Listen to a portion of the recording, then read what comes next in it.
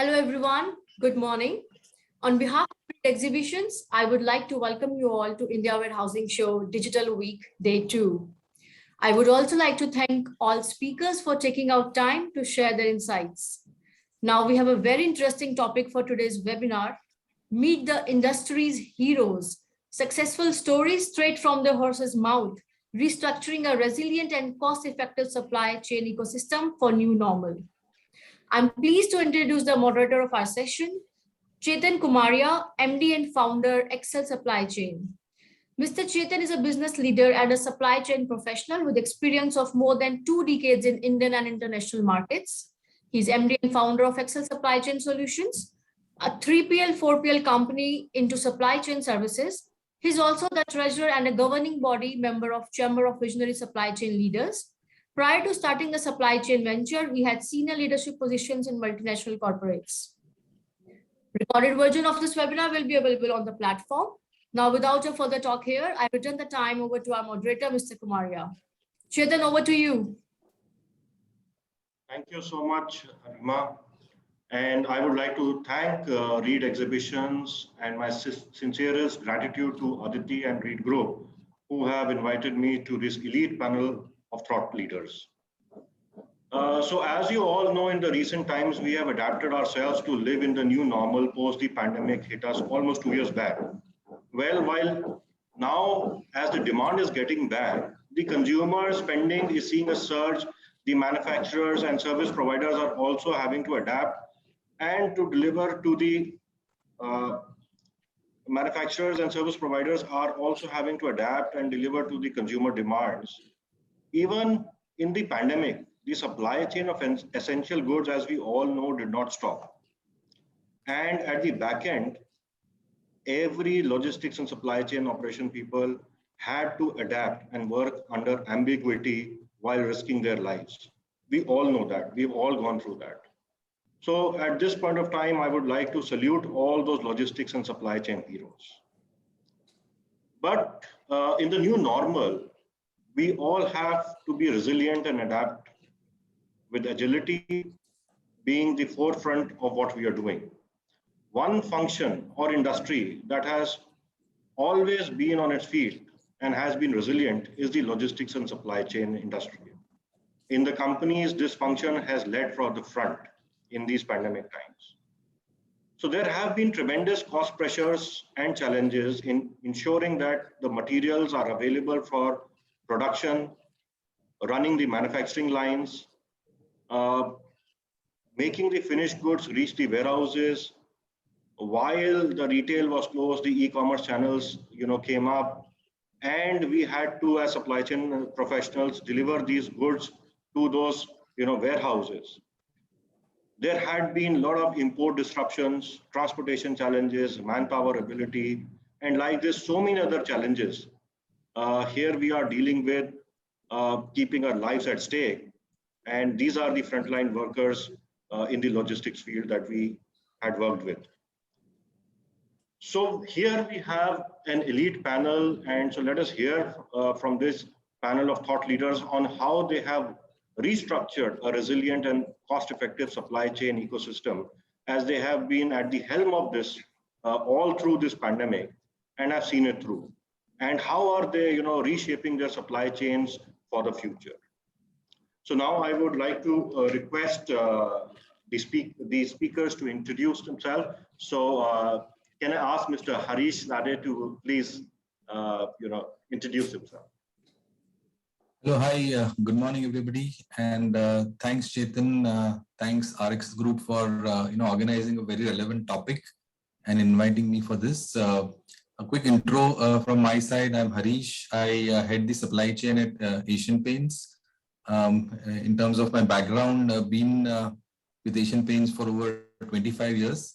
Was part of the IT leadership team before I took on the supply chain domain 3.5 years back.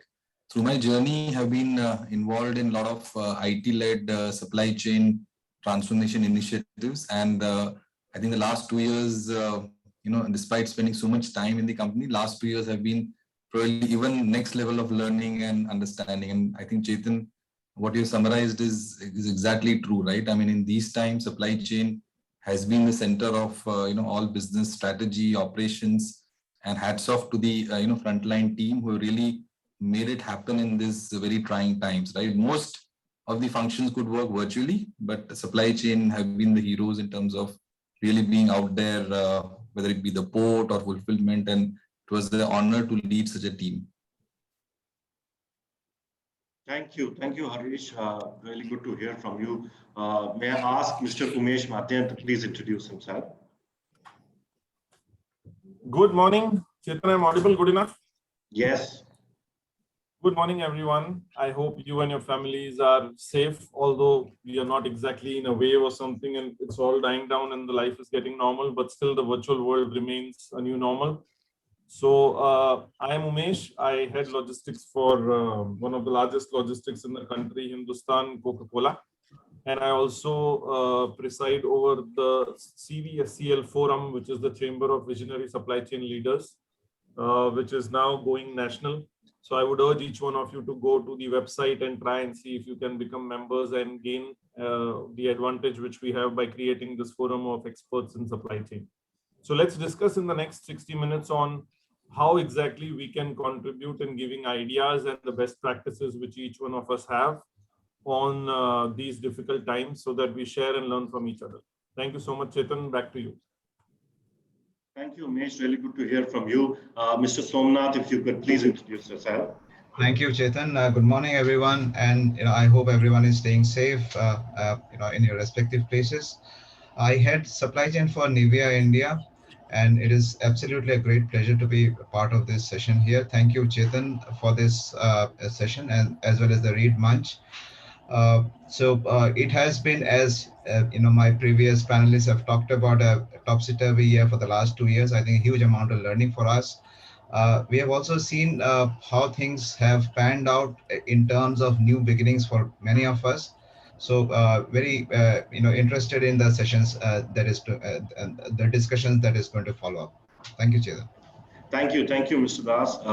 Can I ask Mr. Ravi Shankar to please introduce himself? Thanks, Chetan. And at the onset, thank you to the Read Munch and Aditi and Reema for setting this up. And thank you, Chetan, for being our moderator for a good discussion. And yes, I hope everyone is safe. So I'm Ravi Shankar. I look after the supply chain for the Asia market of CPW. CPW essentially is Cereals Partners Worldwide, which is a joint venture between Nestle and General Mills. We deal in breakfast cereals. I've been in the FMCG industry for 12 plus years now, looking after various operational roles between manufacturing units and corporate supply chain across business categories. Just one disclaimer here, whatever I'm going to share in this forum is my personal opinion as an industry leader. It does not necessarily reflect the viewpoint of my current organization. So that's all. Thank you, Chetan. We completely understand that, and thank you so much, Ravi. Can I ask Mr. Manu Bhalla to please introduce himself?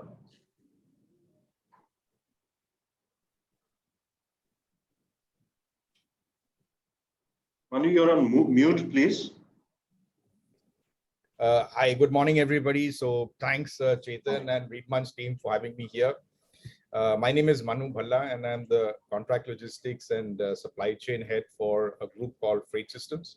We are headquartered in Dubai, and we operate in 20 countries. In India, we have a fairly large footprint, about 20 locations in India. Mid-size, about $500 million.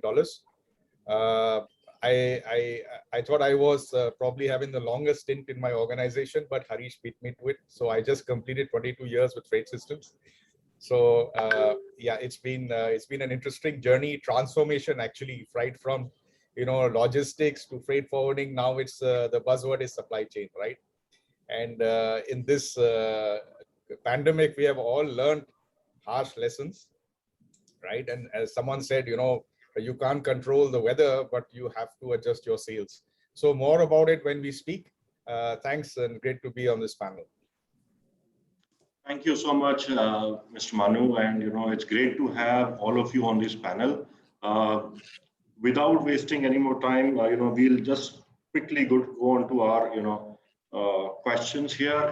First question that I have to all of you is that what we've seen in the last 2 years, in those times, and this especially I will ask Mr. Harish, how is your company, at this point of time, improving the supply chain practices to retain profitability and at the same time becoming resilient? These are two very important subjects to be addressed.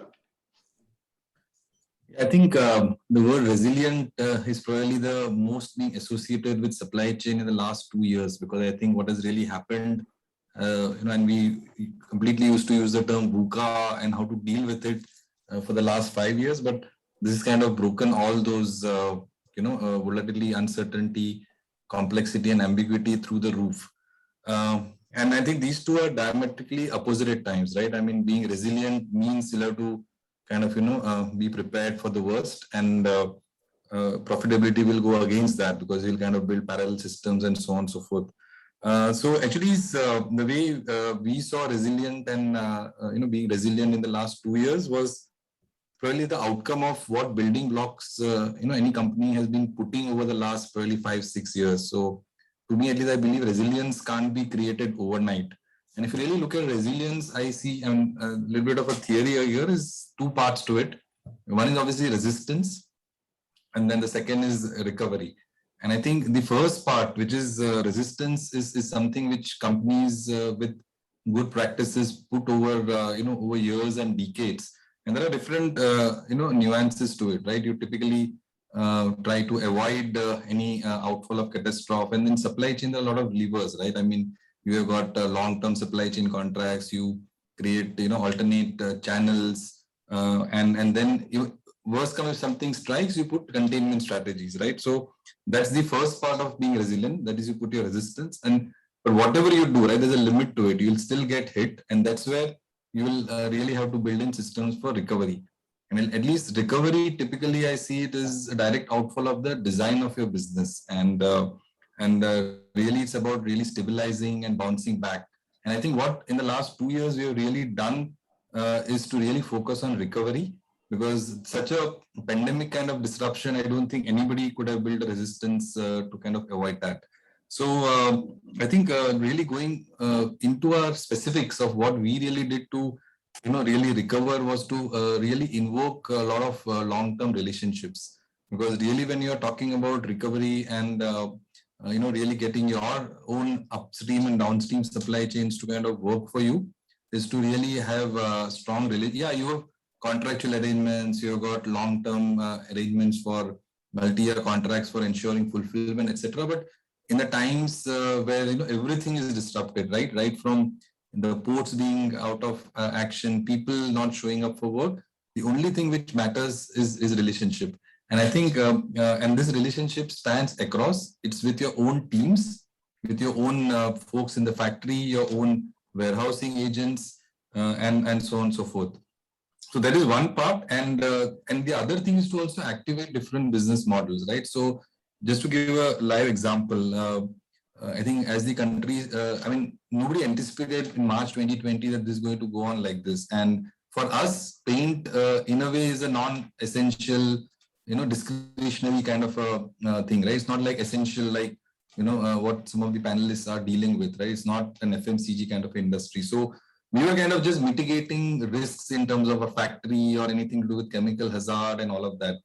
And we were really taken aback by the surprise in terms of how the recovery started happening in May, June. I mean, really the home became the center of a lot of people. And when people went back, either they went back to their parents' place or their hometowns, they suddenly felt a connect with their home. And they really wanted to take up that space to be kind of, spruced up. Maybe there are children are staying in Bangalore, working in the IT sector and living in their own apartment. Now they're all going back and they want to redo the home. And that took us by surprise. So here, then we had to activate very different models. So for example, we were experimenting with a direct to dealer from a factory kind of a model. It was not really working out, right? I mean, dealers didn't want large trucks to come to their warehouses. They always used to us delivering short shipments from our depots. So we really had to scale that model overnight, where, the large dealers, we said, okay, we'll do a milk run. In paint, you never do milk runs from the factory. So we activated some of those modes. So I think largely, as I kind of summarize this, as I see it, I think a lot of stuff which we did over the years acted as a way to build a resistance to avoid any pitfall, whether it's inventory management, multi-tier echelon inventory, all of that, warehouses or tanks at the port. But in recovery, we have to really depend on relationships with our vendors, with our transporter ecosystem, and activate alternate modes of fulfillment. I think so. In a way, that's what we have to really grapple with as the pandemic unfolded. Thank you, Harish. These are, some very, very important, points that you made.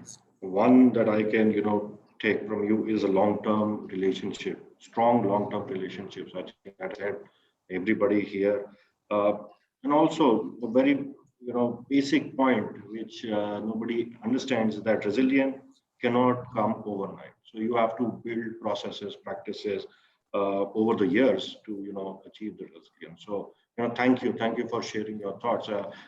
Umesh, may I ask you to, share your views around the same, question? Thanks, Chetan and Harish. Good thoughts. I thought I'll list the kind of practices which we are following to make, supply chain a little bit more productive in these tough times. So I just thought I'll give you a context before I move on. I listed almost 14, 15 practices, but I thought, how will I share? Because mera call ho jayega for the next 60 minutes, right? So I'll just choose a couple of them, and I would leave to the people to have Q&A, which at the end, if we want, we can go back, touch upon, zoom in, and try to share that.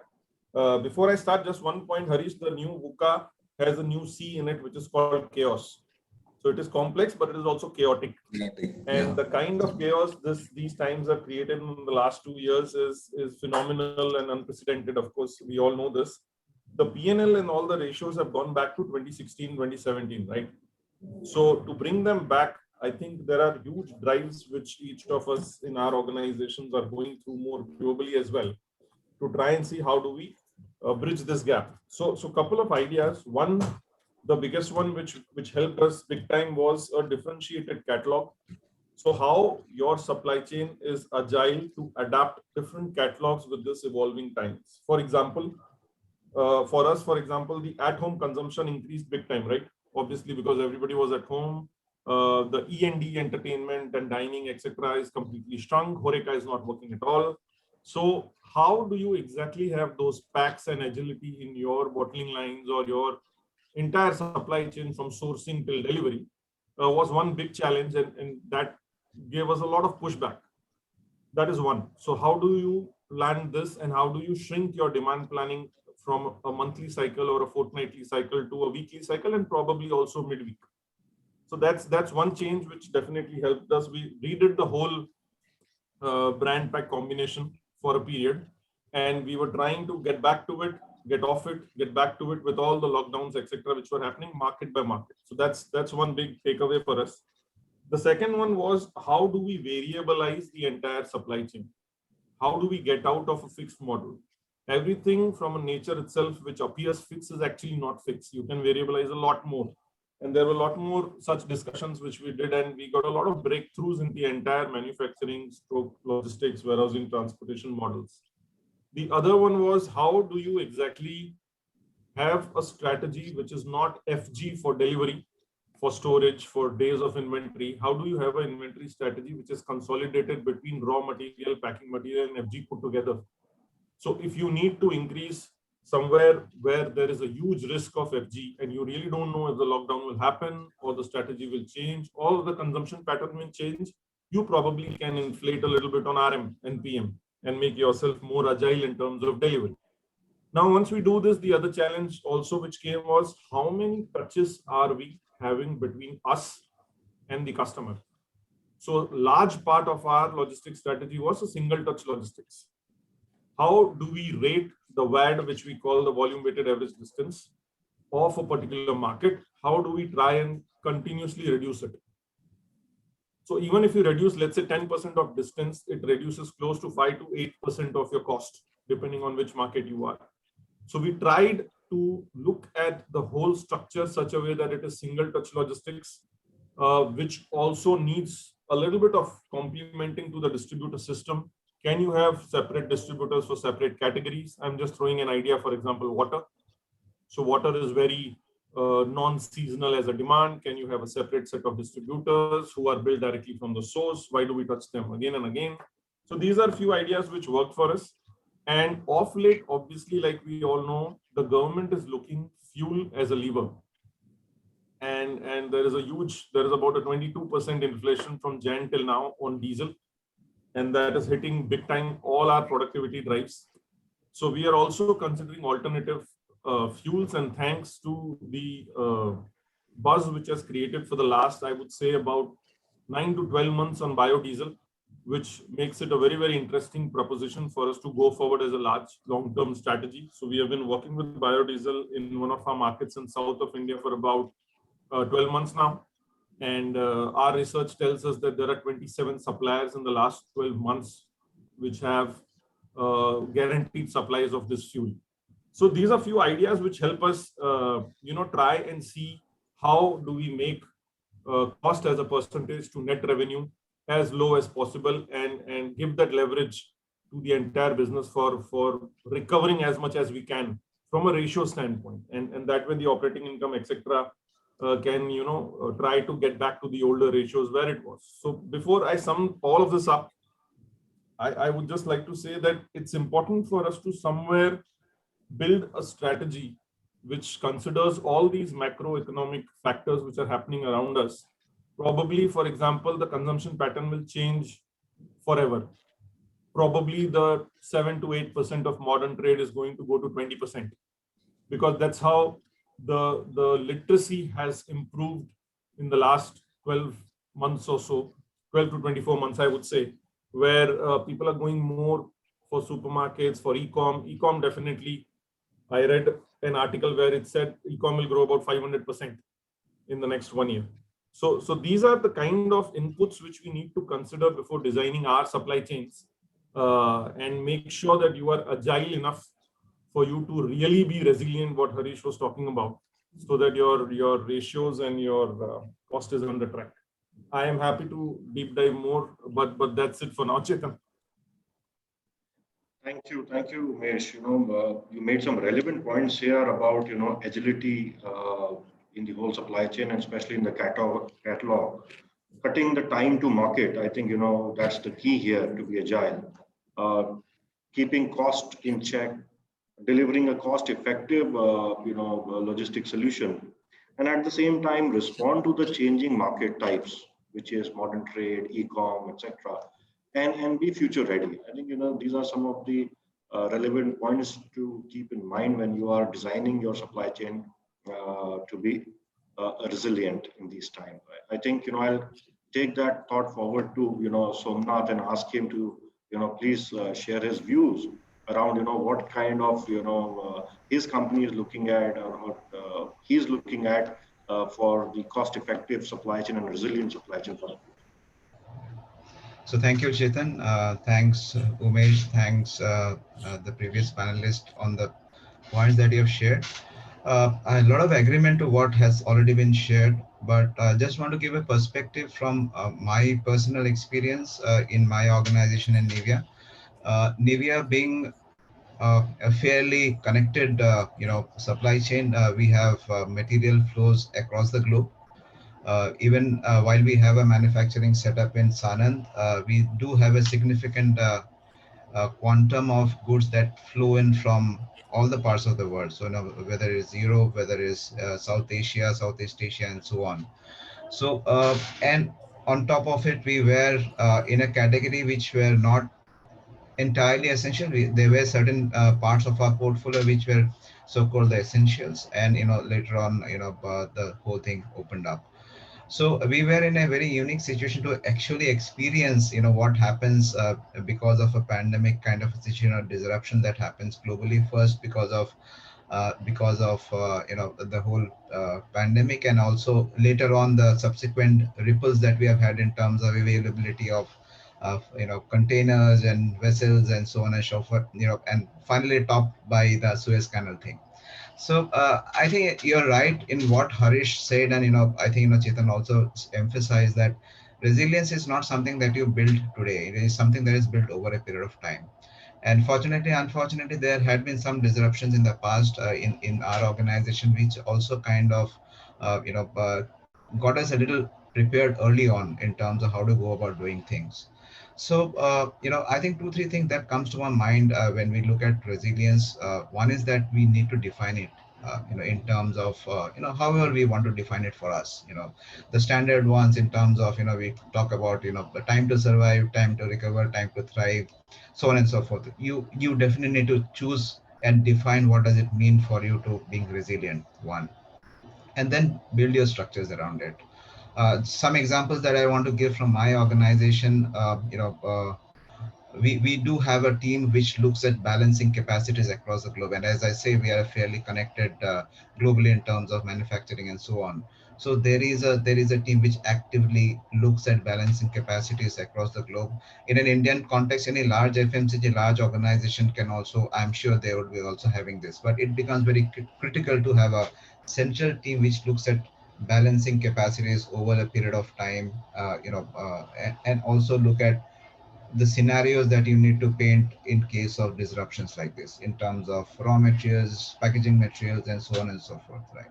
So when this whole thing broke out, and I think we had our teams in place early on, as early as uh, I think we could hear things flowing out as early as December 2019, and things were really speeded up by January, right? So when we talk of time to survive, I think it is important for time to survive to look at how early you can start, and I think the speed becomes a very important criteria for time to survive.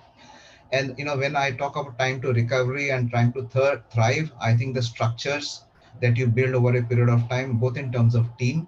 So do you switch on it? How much time does it take for you to switch on a structure which needs to work on this kind of a crisis?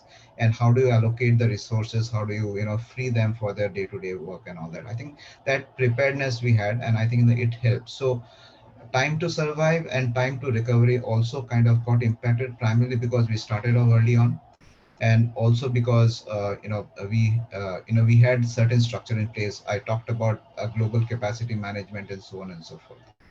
So that's one. What we are increasingly seeing in our organization, the discussions, one is in terms of when I look at the India supply chain thing, I increasingly am looking at focusing more on our core supply chain things, and probably try to simplify things for us, defocus, or probably spin away activities that you don't need to do yourself, right? I think focusing on the core becomes more and more important, so that you do what you are supposed to do and leave the rest of it to people who are probably experts in this or probably have skills of doing that.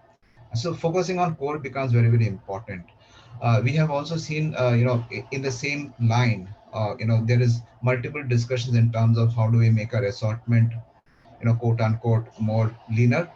How do we also challenge some of our assumptions about our go-to-market structure in terms of making a choice between what is the kind of go-to-market we'll have, what are the kind of customers we'll have, and so on and so forth. I think this is something that keeps on happening in most of our good organization, but I think there is a refocus, and probably we need to bring it as a program and a structure that needs to review this at a regular frequency. Finally, I think last but not the least, we might have a resilient supply chain, which is which is one of the much discussed topic, but we also need to have resilient teams, and I think there's one focus. I think I'm sure all of us would have felt it, and probably would have I'm unanimously agree that it is our team which has withstood all this onslaught, right? And we can design, we can plan for everything, but there are these extra 20-30% which can only come through when we have a committed team, a resilient team.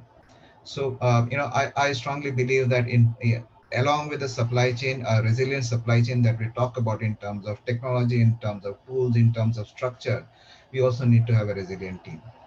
So I mean, that's it for now from my side. Chetan, you're on mute.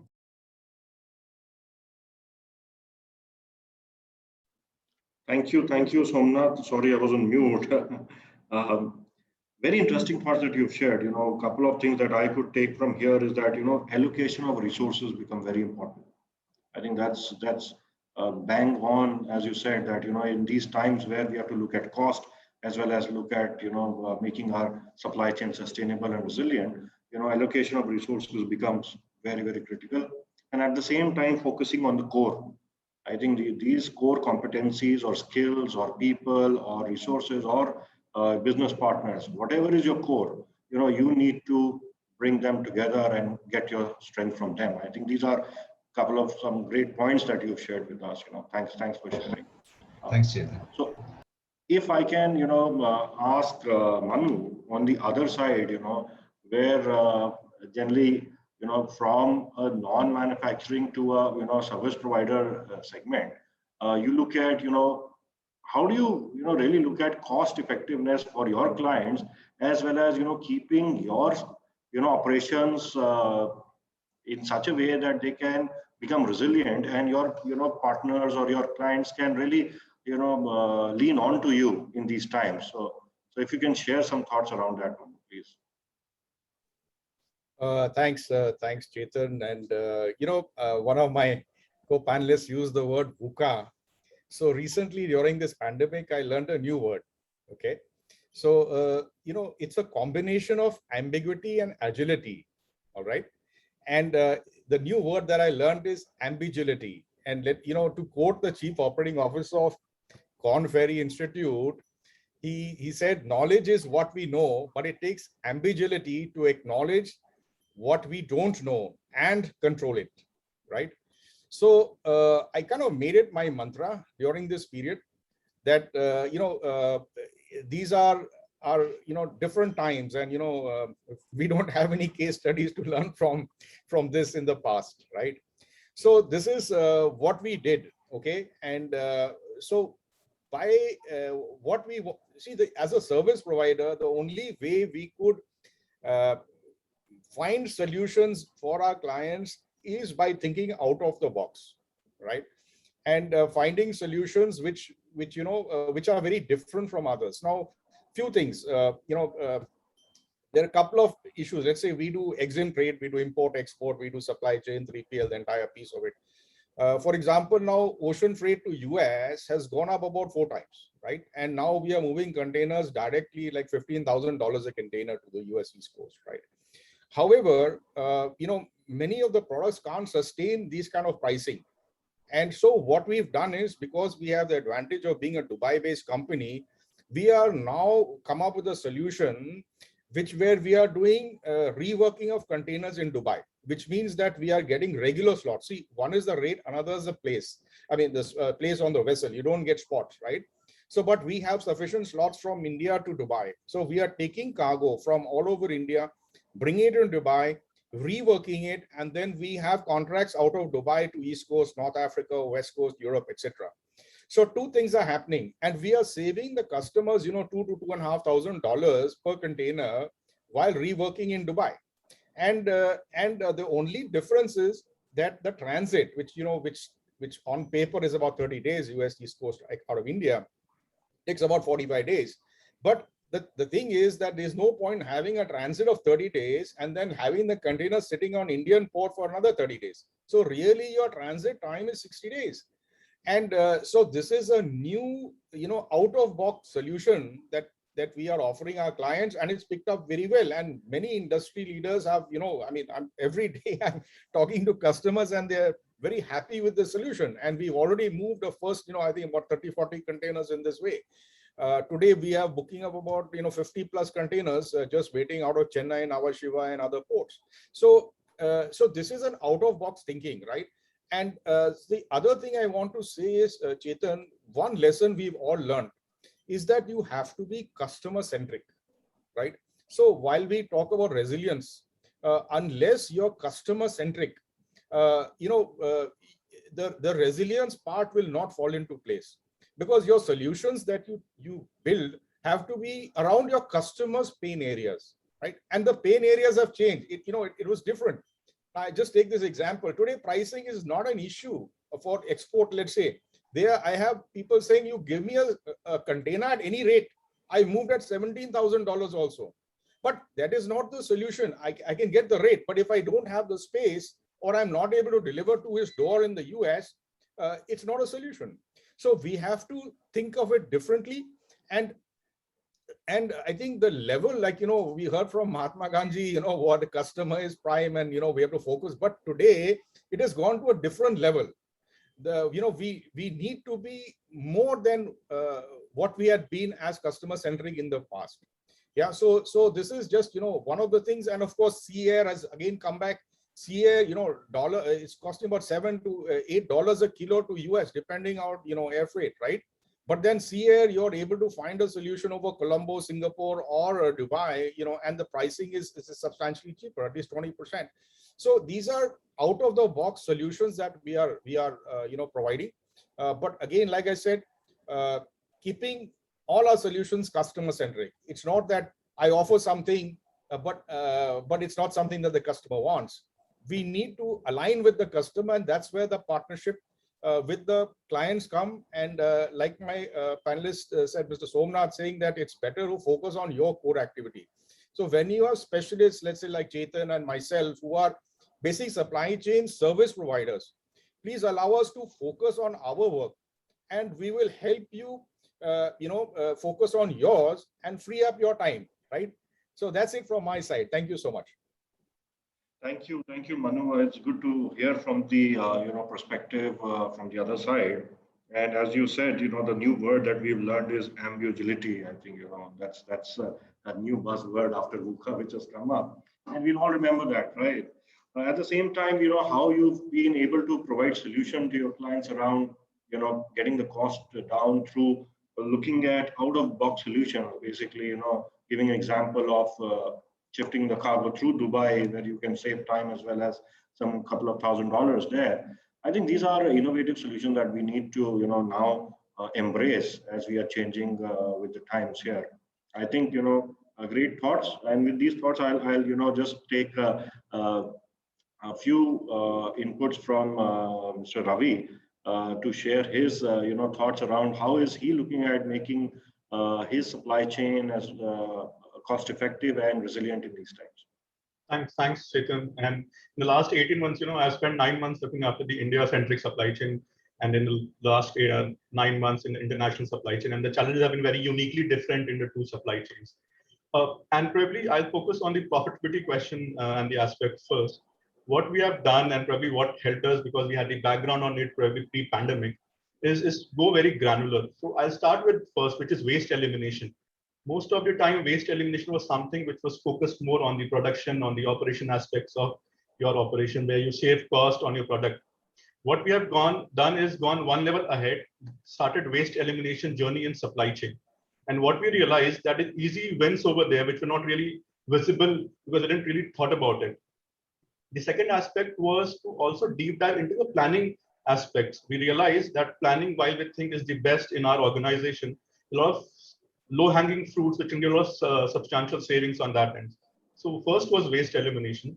Second, what we did was on simplification, what we called as KISS, keep it simply simple. What we did on that is a lot of recipe harmonization. I won't quote the company, but there was an ice cream company, a global organization, which had 13 vanilla flavors for vanilla ice cream.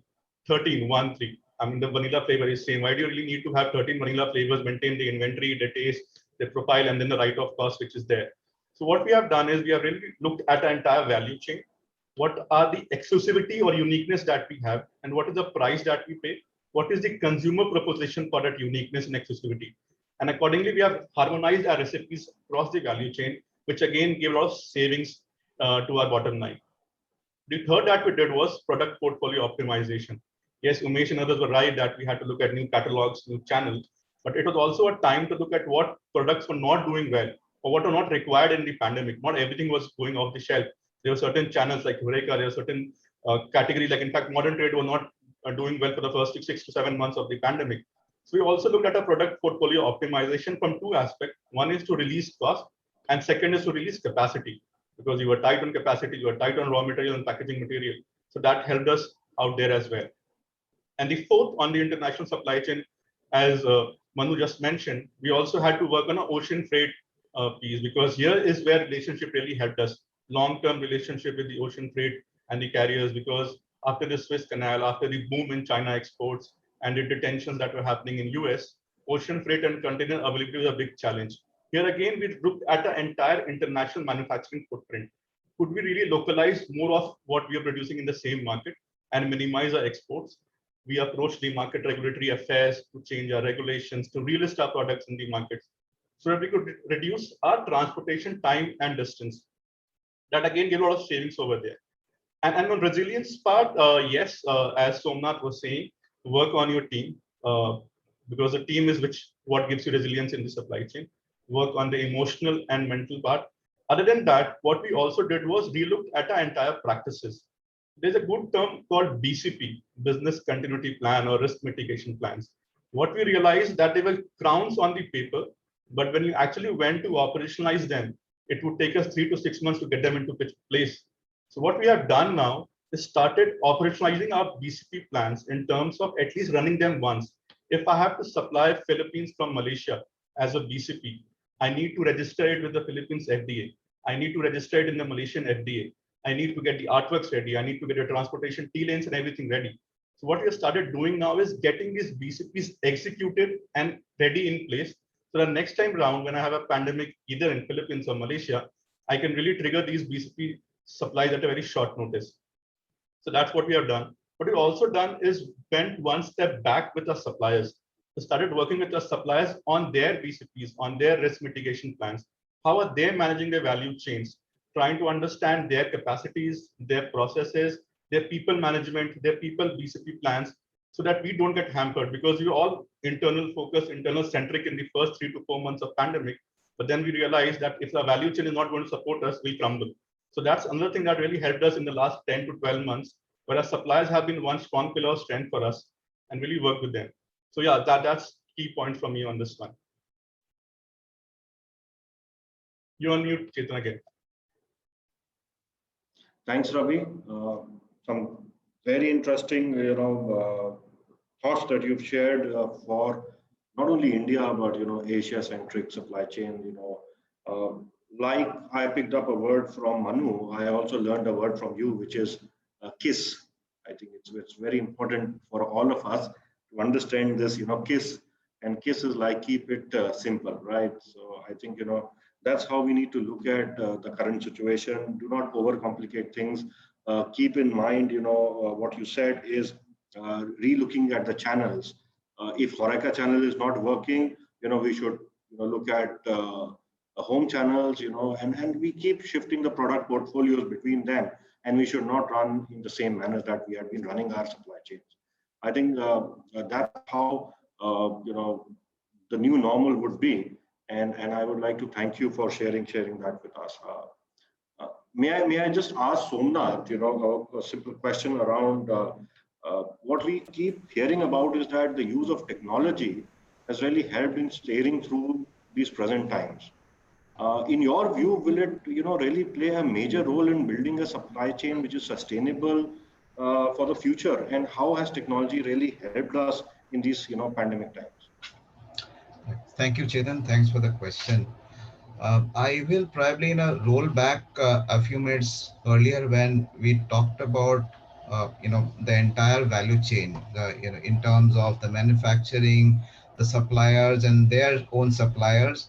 And as we go forward, we talk about partnerships with our immediate customers and associates. Like, for example, we have the 3PL partners and so on and so forth. And what we have seen in this time of pandemic, that all of us got together to serve our consumers, to serve the market, so to say. And which brings back to the question is that do we need to come back doing this only when there is a crisis, or is it a better way of doing things even on business as usual? And I think that there's a strong shift towards moving into this kind of a situation where we are far more connected. And in this current day, the only way to become more connected is through tools, digitally, and so on and so forth. Yes, having said that, as our earlier panelists talked about, a small BCP plan kind of takes about 6 to 7 months to create and then test it out and so on and so forth. So these are time-consuming things. There are multiple scenarios. And many a times we kind of stay step back and say that can we really achieve this kind of integration when we are talking of so many multiple scenarios and all that.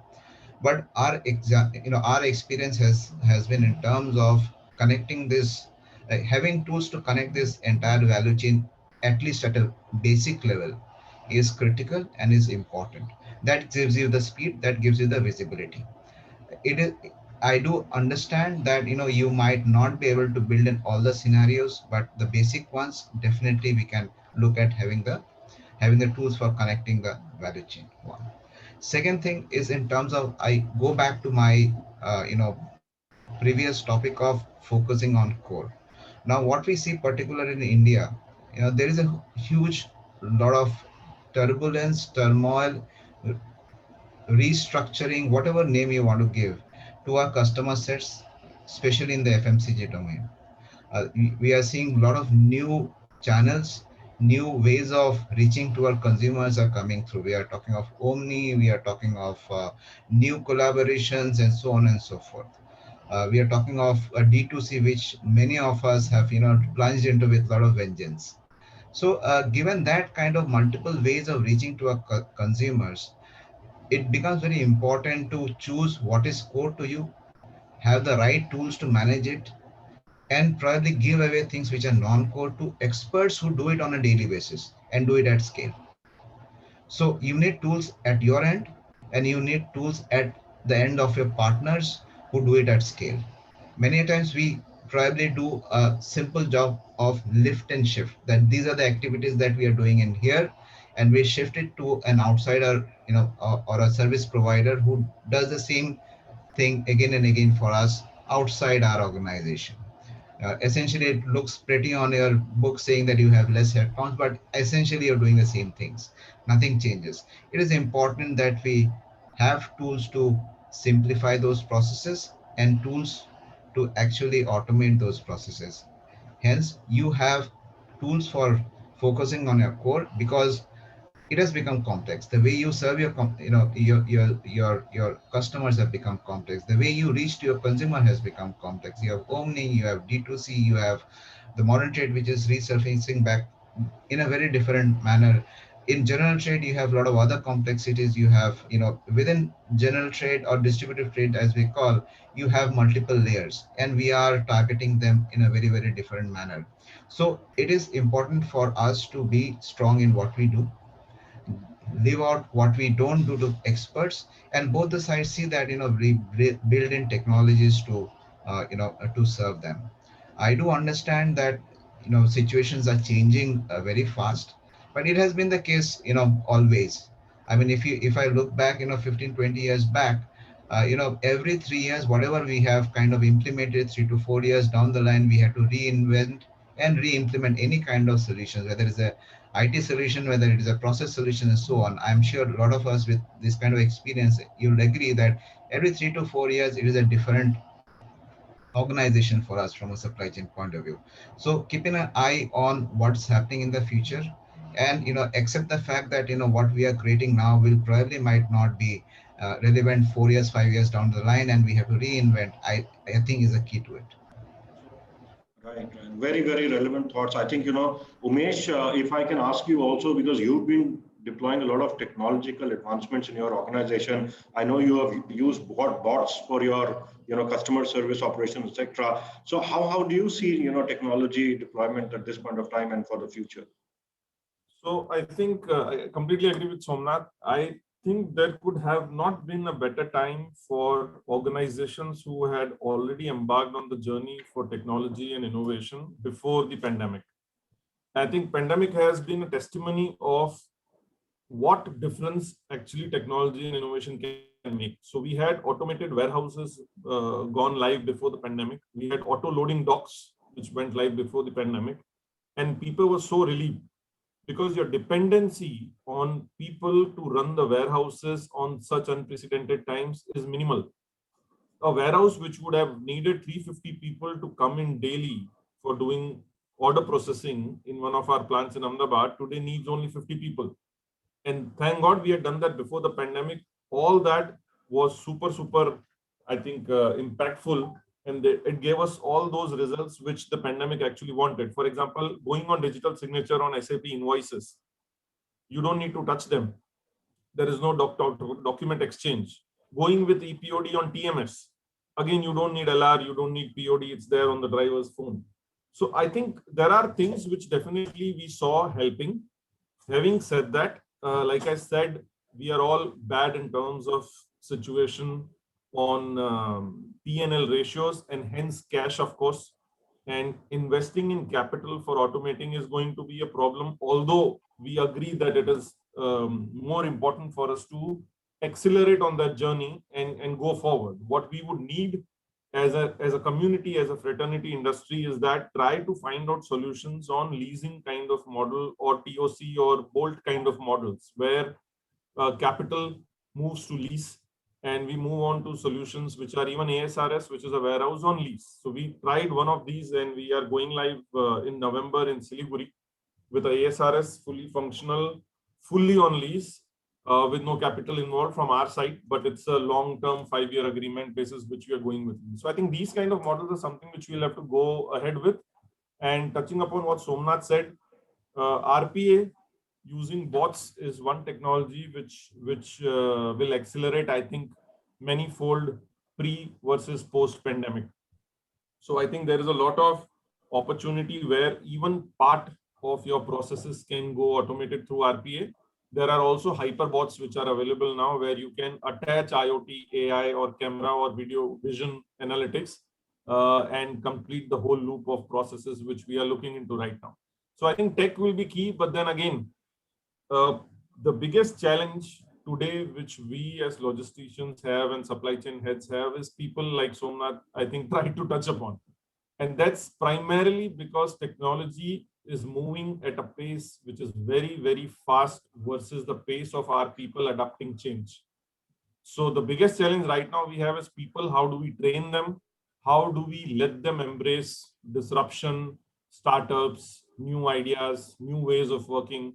I think that will remain the biggest challenge. We'll have to close that up first to begin with, before getting into this journey where we keep on changing everything. So today with the TMS, with loading docks which load manlessly in 3 minutes, 1,000 cases, with IoT enabled yard management systems, with systems like decoupling the truck with the container. So we are trying something in Mumbai where our vision is that if we need to deliver something to the customer, why does the truck need to wait? Why will the truck wait if there is a border? Why will the truck wait if the customer is not open? Why can't the cargo be left in the night?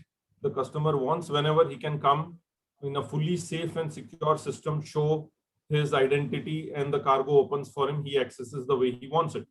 And if he finishes only, then I replenish the next one. So that kind of solution is the end destination. But are we ready? Is the distributor infrastructure ready to have a premise or a compound where we can drop the container and move on?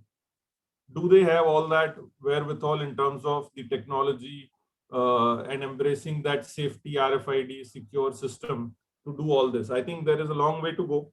So we'll have to first get ready for tech and try and do all of these solutions from a destination standpoint. So create a destination first, and then the roadmap will fall its place. Thanks, Chetan. Right. Thanks, Umesh. I think very insightful. Being on technology and having Mr. Harish here, who's been a technology person, IT person, IT professional for all this, I would like to just get in a few comments from him on this perspective, please. Mr. Harish. No, I think Umesh and Somnath have hit the nail on the head, and I think in a different situation, I would want it to be in IT, because all justification, all the questions are ROI would kind of be put to rest. On a serious note, I think in the pandemic, what we could really navigate was some of the very early investments we did in manufacturing 4.0.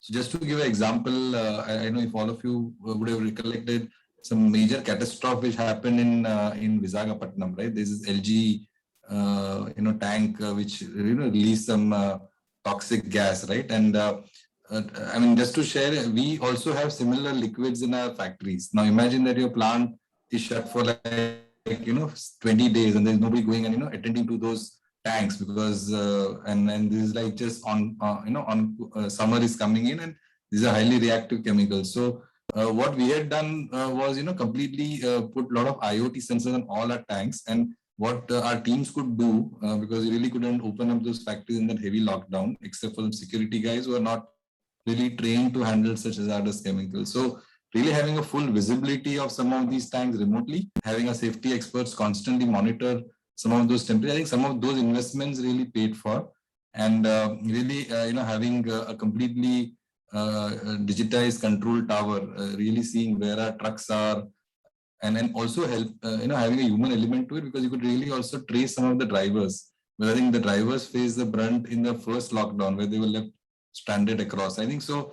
Technology has been a great helper, and I think the only way you can really be resilient in this time is through technology, right? So what Somnath mentioned and what Ravi also alluded to, right? Having long-term capacity planning and doing those business continuity drills. Those are mid-term solutions, but technology can help you accelerate that. So always that has been a great, and second obviously is relationship and having a shared vision with your ecosystem. So I think that's what would kind of help you build that resilient and navigate such uncertain times. Right. I'm completely on the point. I think I completely agree with you, Somnath, Umesh, on this point that technology is very important at this point of time and will remain equally important, going forward, building a resilient and sustainable supply chain.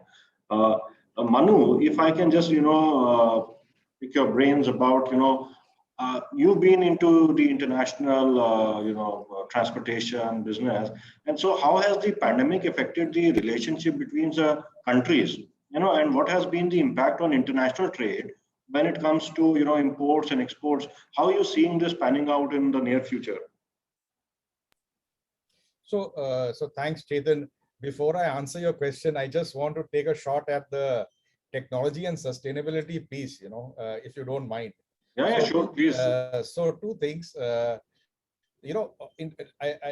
really liked what Umesh was saying about ASRS and automation of warehousing. We also started our journey of automation about 10 years ago, and I brought in the tallest VNA, that is the very narrow aisle turret pickers from USA, Crown USA, about 10 years ago.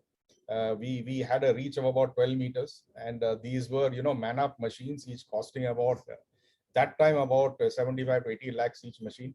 So we brought them and they were operating in Chennai. Okay, so when it came to investment, the capex piece, we were one of the few 3PLs who actually build our own warehouses and operate them. So we build world-class warehousing, and we operate them ourselves. So we started this journey long time ago in Chennai was first, then we built Sanand, and now we are building Gurgaon. Okay. And from day one, we have been following the sustainable practices like rainwater harvesting, and we did a lot of study in terms of design of warehouses where things like natural light will fall on the aisle, because I've seen warehouses in many parts of the world where they do the whole thing and then you have columns in the aisle, which are so there's a mismatch in design, right? So in terms of automation, operationally, that is one piece. Second piece, we have our own Oracle-based, e-freight suite, which we call, and so it's an ERP where we provide, it's integrated of freight forwarding as well as the logistics, custom clearance. All those things are integrated in one ERP. But two things on the technology where I'm finding a little challenge is that we have the technology, but there are many customers who still resist having APIs. So when we talk about having connectivity with the clients to bring visibility so that we are no longer working in silos, many big names shy away. They talk about firewall and this, and so listen, our systems our data and systems are built on AWS, right? So we operate in like I said, 20 countries, and all the AWS firewalls, etc., in place, which are world class and best world over. Yet customers, they shy away, and big names.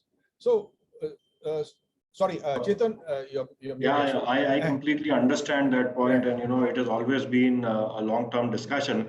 But looking at the current scenario, what we understand is that this will remain for a certain time because the companies have their own internal policies, and because they are listed in global markets, global share markets. They have to adhere to those such policies of data breach, etc. So we do understand. Fine. Coming back to the discussion of what is the relationship between the countries and how will it pan out, I think that's what we need to understand in keeping our cost-effective and resilient supply chain. So the trend, in terms of international freight, I think for the next 6 to 8 months we are not going to see a change, right? Ocean freights are rising.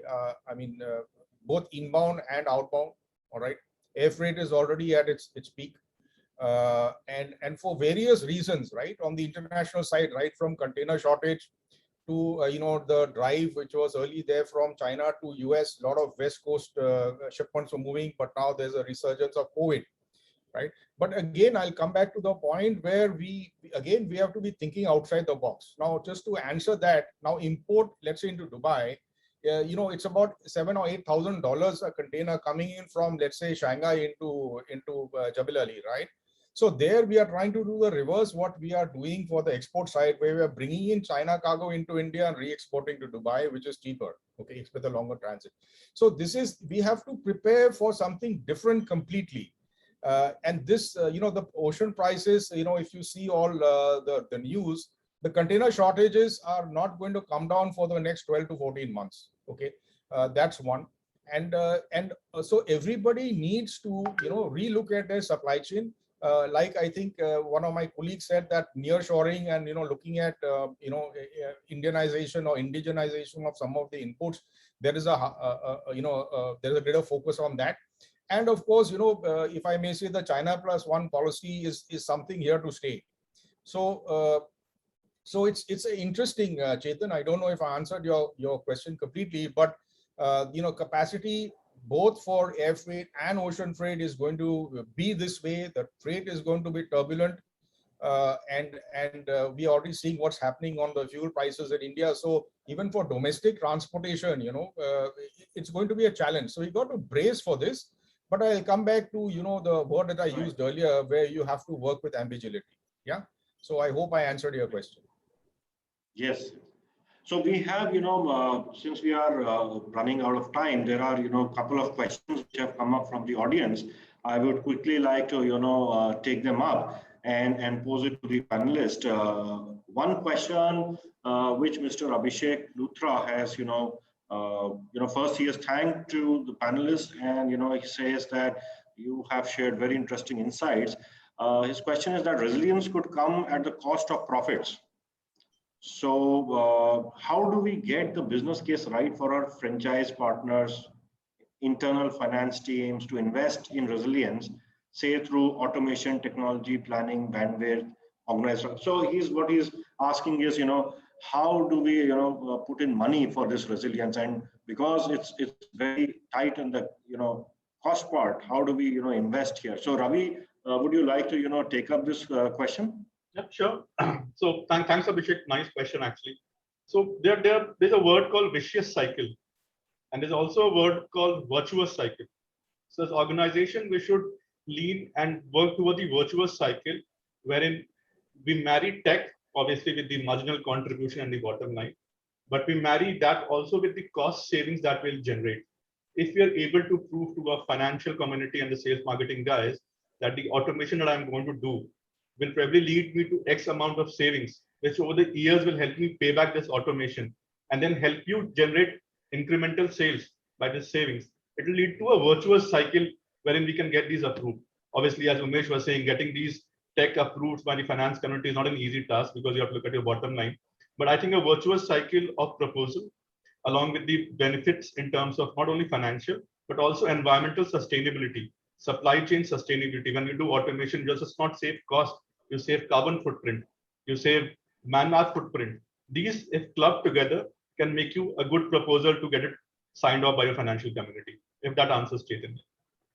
Perfect. Perfect. I think it's a very apt answer that you've given to the question, and Mr. Abhishek would be satisfied with that. Umesh, there is a question, which has come up on biodiesel when you spoke about the biodiesel, and Mr. Anand Kumar would like to understand, instead of biodiesel, why can't we think on electric vehicle lines? Will it help us? Any views here? Sure. So that's why I think I specifically use this word alternate fuel, because I don't think one solution will fit the purpose, the kind of diesel which we have already got used to. So see, EVs right now in India, I think the way pandemic has hit the automation industry, it has taken a big beating.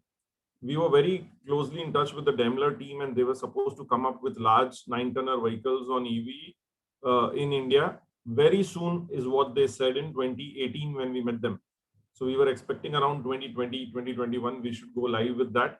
But those solutions right now have taken a beating, obviously, because of the hit automobile industry has due to the pandemic. So the R&D, etc., has gone a little bit slower. Right now, the solutions available are more for last mile in terms of bikes or small 2-tonner kind of solutions and vehicles. For middle mile or for the first mile, larger vehicles beyond 6-tonner is still a problem. Having said that, we can still import those solutions, but they might not make economic sense. We are talking to a company called BYD in China. They have a model called T6, which serves the purpose for a 6-tonner. And they might also come up with a 9-tonner very soon. So, but I see this a little slower in the long range period right now. For the next 2 to 3 years, it might be as slow, and biodiesel might be a little faster, which is why a good bet right now. Saves about 7 rupees per liter cost and gives you a carbon footprint which is 98% less than diesel. So that's why biodiesel becomes more attractive right now. But EV is, of course, on the cards. I think it will be slower. Whenever it comes, I think that will be the best option.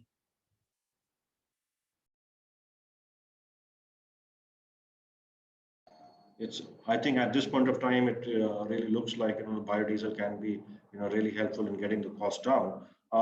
One last question that I would like to take from the audience is by Mr. Tapan Shah, and he is asking at any insights how was the cash flow managed in the business, was managed during the pandemic, meeting the ends between how we were receiving payments from our customers and how we were paying our suppliers. So Harish, would you like to comment on this part? How did you manage your vendor relationships and the payments to them while you were, the cash flow was really stopped? Yeah, I think this was a key question which immediately cropped up as soon as the lockdown hit, right? And for us, our customers are really the mom and pop or the roadside hardware stores, which really have a very tight working capital situation. So I think, and then there is this whole ecosystem of contractors who also kind of have their livelihood depending on some of these flows, and really people were not really painting their homes. So in this time, I think 2-3 steps we immediately took. One is that there were a lot of these long-term loyalty schemes and accruals. We immediately decided to cashify them and really use technology to release that money to the ecosystem. So you would have around 75 to 80,000 dealers and over 150,000 contractors would have got loyalty points accrued. So I think the decision was to immediately give them that liquidity, because ultimately it's about their family kind of surviving. Yeah, I think on the upstream part, I think there was a tough call and there was a lot of debate as to, how do we really, pay our own suppliers. And there it was a balance done because we have a whole range of big multinationals, big chemical companies whom we buy from, and at the same time, real smaller enterprises who deal in packaging goods. So I think the view was taken differently there. The small and medium enterprise, anyway, government itself were told not to freeze their cash flows, right? So what came in handy, obviously, was that fortunately for us, we had a huge treasury reserve, so we could kind of dip into that. So I think what came as a big saving was the rebounds after the economy opened up, right? So I think it was a very close coordination with our treasury team in terms of balancing both the ends. But I'm sure it was a tough one for a lot of other enterprises out there, right, who had to take very different kind of calls. So I think the way I would answer it is very situational specific to the company and, how the cash flows are there and kind of, manage it from that lens. Yeah, it was managed from a case-to-case basis and taken up at that point. I completely agree. Umesh, you would like to share some thoughts here? No, I think covered very well by Harish. Perfect. I think we've taken the question from the all the audience here. I would like to just sum up. This discussion was really insightful for me itself, and a great participation from all the panelists here. Some great real life experiences that you touched upon, made some very interesting points about profit and resilience and cash flows and agility to ambiguity to KISS, and these are some of the buzzwords that will remain with us. I believe the audience also would have related to this panel the way I could relate, and I would like to thank each panel member, starting from Mr. Harish Ade, Mr. Somnath Das, Mr. Umesh Matyan, Mr. Manu Balla, Mr. Ravi Shankar. It was great pleasure speaking with you all. Thank you so much, and over to Reema, please. Thank you so much, Chetan. Thank you all the speakers for sharing your thought, and I'm sure today's takeaway will be very helpful for all of us. We appreciate you being here. Now I request everyone to join back the exhibition where we have the best suppliers of the industry waiting for you, and enjoy networking and have a good business. Thank you all. And India Warehousing Show. Thanks you once again. Thank you. Thank you. Thank you, everybody. Stay safe. Bye-bye. Stay safe. Stay safe.